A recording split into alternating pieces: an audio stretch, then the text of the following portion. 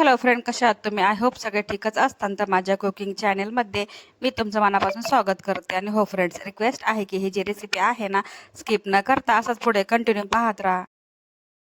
तर मी तुमच्यासाठी एक रोज नवीन छान छान अशी रेसिपी घेऊन येत आहे. तर आजही घेऊन आलेले आहे. चला तर मग वेळ न घालवता रेसिपीला सुरुवात करूया.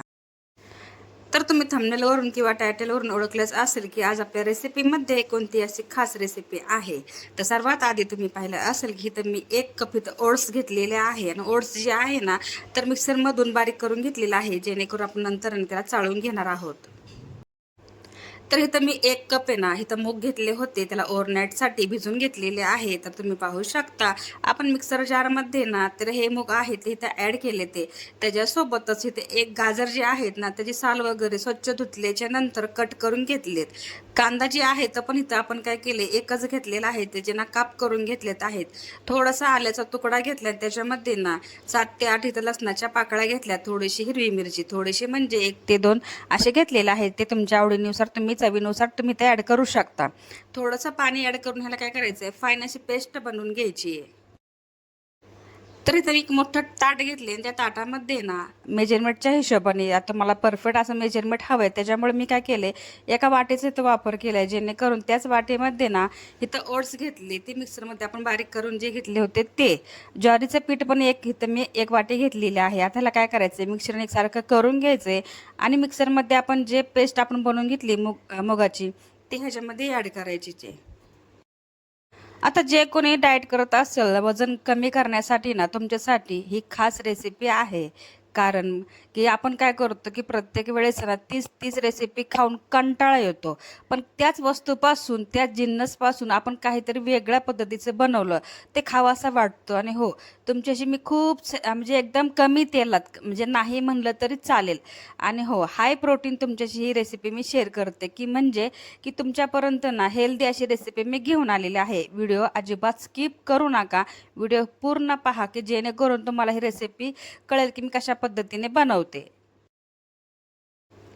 तर जशा प्रकारे आपण गव्हाचं पीठ मळतो, तशाच पद्धतीने थोडंसं ना कडक असं पीठ हे मळून घ्यायचे, की तुम्हाला जे जे पराठे आहेत ना व्यवस्थित लाटता येतील.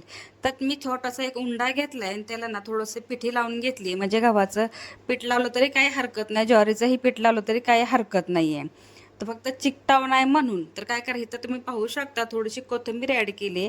आणि कोथिंबीर ॲड केल्याच्या नंतर पराठ्याला ना खूप सुंदर असा कलर आलेला आहे. तर ह्याला काय करायचं, मीडियम साईजमध्ये आपण हे पराठा आहे तो लाटून घेऊया. तर आपली ही रेसिपी आहे ना वेट लॉससाठी आहे. तर त्याच्यासाठी तेलाचाही इथं वापर मी कमी केलेला आहे.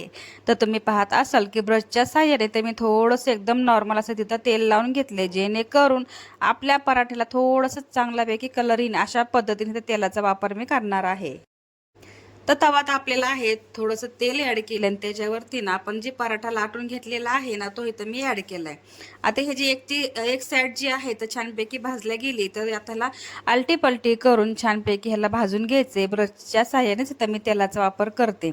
तर तुम्ही पाहत असाल तर हा पराठा ना खूप दिसायलाही सुंदर आहे.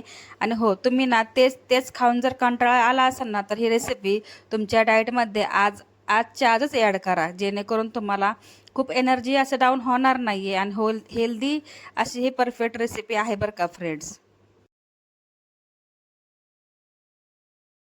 तर आपला पराठा तुम्ही पाहू शकता, दोन्ही बाजून त्याच्या खूप सुंदरपैकी ना मी असं भाजून घेतलेले आहे. आणि कोथिंबीर लावल्याच्या नंतर ह्या रेसिपीला ना खूप सुंदरपैकी कलर आलेला आहे. दिसायलाही किती सुंदर दिसत आहे. आता हा एक तर पराठा झालाय, दुसरा पराठा जो आहे ना तो पण इथं मी बनवून घेते. आणि कशा पद्धतीने आपले पराठे बनतात ते पण तुम्ही पाहू शकता.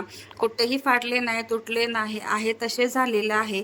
आणि चव तर टेस्ट इतकी आहे त्याला सांगू शकत नाही. ज्यावेळेस तुम्ही बनवताल त्यावेळेस तुम्हाला कळेल की ही रेसिपी कशी बनते. आणि हो, वेट लॉससाठी तर ही रेसिपी ना अगदी उत्तम. तुम्ही तुमच्या लहान मुलांना जरी दिलं ना, तर खरंच ही रेसिपी ना खूप सुंदर आहे. चला तर मग व्हिडिओ इथंच एंड करते. व्हिडिओ आवडला असेल तर व्हिडिओला लाईक, शेअर, सबस्क्राईब करायला विसरू नका. भेटूया नेक्स्ट व्हिडिओमध्ये. तोपर्यंत स्वतःची काळजी घेत राहा. सर्वात महत्त्वाचं, खात राहा, आनंदात राहा, हसत राहा. आपल्या चॅनलला जेवढं होईल तेवढं शेअर करायला विसरू नका. सर्वात महत्त्वाचं गोष्ट म्हणजे ज्यांनी ज्यांनी हा माझा व्हिडिओ पाहिला असेल ना, त्यांचं खरंच खूप मनापासून धन्यवाद करते. आणि हा व्हिडिओ इथंच सेंड करते. भेटूया छान छान रेसिपी सोबत.